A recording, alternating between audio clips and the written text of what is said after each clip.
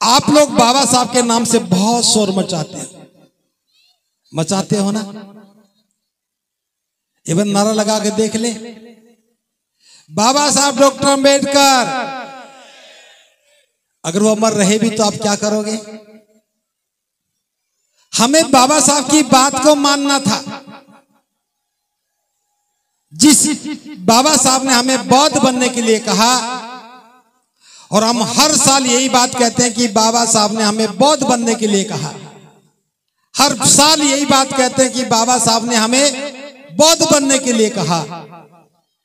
ये कोई गीत या आरती तो है नहीं कि उतारते रहो। बाबा साहब ने कहा था, हमें करना था। अगर हम बौद्ध बन जाते तो हमारा जीवन कैसा होता मालूम है? हम सबसे पहले 5 सीलों को समझ जाते। और 5 सील क्या थे? बौद्ध बनते ही जब हम दीक्षा लेते हैं तो 5 सील ग्रहण करते हैं। मैं प्राणी हिंसा नहीं करूंगा, दूसरे की वस्तु की चोरी नहीं करूंगा, मैं दुराचार और व्यभिचार नहीं करूंगा, मैं झूठ नहीं बोलूंगा, चुगली और निंदा नहीं करूंगा, और मैं किसी प्रकार का नशा नहीं करूंगा। ये 5 सील ग्रहण करने के बाद हम बुद्ध की शरण ग्रहण करते हैं, और इन 5 सीलों को हम हर रोज दोहराते हैं। आप सोचते हैं कि एक बार भंते जी ने बुलवा दिया और हम बौद्ध हो गए। भंते जी ने आपको रास्ता बता दिया कि अब बुद्ध की शरण में आए हो तो इन 5 बातों को हमेशा याद रखना है। ये 5 सील जीवन का आधार हैं। आधार क्यों है ये भी समझ लो। जब कोई व्यक्ति दूसरे जीव को कष्ट देता है तो उसके जीवन में कष्ट ही लौट करके आते हैं। जब आप किसी के ऊपर क्रोध करते हैं, मारते पीटते हैं, तो वो भी हमारे ऊपर क्रोध करता है, हमें मारता पीटता है। सीधा सा अर्थ है, जब हम किसी को दुख देते हैं, कष्ट देते हैं, तो हमारे जीवन में कष्ट ही लौट करके आते हैं।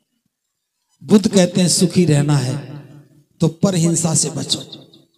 और परहिंसा से कब बचते हैं? जब हम पाणाति पाता वेर मणि सिक्खा पदंग समाधियामी कहते हैं कि मैं प्राणी हिंसा नहीं करूंगा।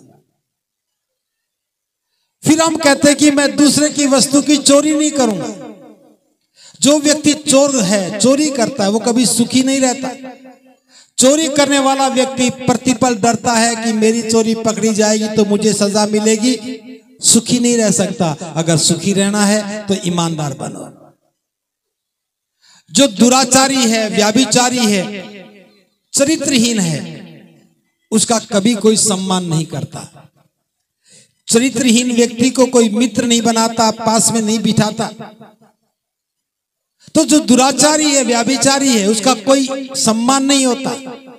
अगर सम्मान चाहते हो तो चरित्रवान बनो, सदाचारी बनो, सदाचरण का पालन करो। जो व्यक्ति झूठ बोलता है, चुगली करता, निंदा करता है, उस पर कोई विश्वास नहीं करता। चुगली करने वाले पर कोई विश्वास नहीं करता, झूठ बोलने वाले पर कोई विश्वास नहीं करता, और फिर अविश्वसनीय व्यक्ति बनने का कोई अर्थ भी नहीं है। आप चाहते हैं कि लोग मुझ पर भरोसा करें तो सच बोलने वाले बनो। और जो व्यक्ति नशा करता है वो अपना सब कुछ बर्बाद करता है। बुद्ध कहते हैं कि जहां मदिरा सम्मान पाती है वहां दुर्भिक्ष पड़ते हैं, औषधियां निष्फल हो जाती हैं, कलह के बादल मंडराते हैं। हे मनुष्यों, मदिरा से सदा बच के रहना यह मूर्खों का स्वर्ग है। दोबारा समझा रहा हूं। बुद्ध कहते हैं कि जहां मदिरा सम्मान पाती है, यानी कि जिस घर में शराब पिलाई जाती है, पी जाती है, वहां दुर्भिक्ष पड़ते हैं। दुर्भिक्ष का मतलब है अकाल पड़ता है। शराबी के घर में हमेशा अकाल मिलेगा। रोज शराब पीने वाला व्यक्ति बीमार हो जाता है, डॉक्टर के पास जाता तो पता चलता है उसकी गुर्दे भी खराब हैं, फेफड़े खराब हैं, लीवर भी खराब हो गया। अब डॉक्टर कहता कि मेरे पास इसका कोई इलाज नहीं है। बुद्ध कहते हैं औषधियां निष्फल हो जाती हैं। शराब पी करके व्यक्ति घर की ओर आता है तो पड़ोसी भी कहते हैं कि आज झगड़ा होने वाला है क्योंकि पी करके आया है। बुद्ध कहते हैं कलह के बादल मंडराते हैं। जैसे आसमान में बादलों को देख करके हम कहते हैं बरसात होने वाली है, ऐसे ही शराबी को देख करके कहेंगे कि झगड़ा होने वाला है। बुद्ध कहते हैं कलह के बादल मंडराते। हे मनुष्य, मदिरा से सदा बच के रहना यह मूर्खों का स्वर्ग है।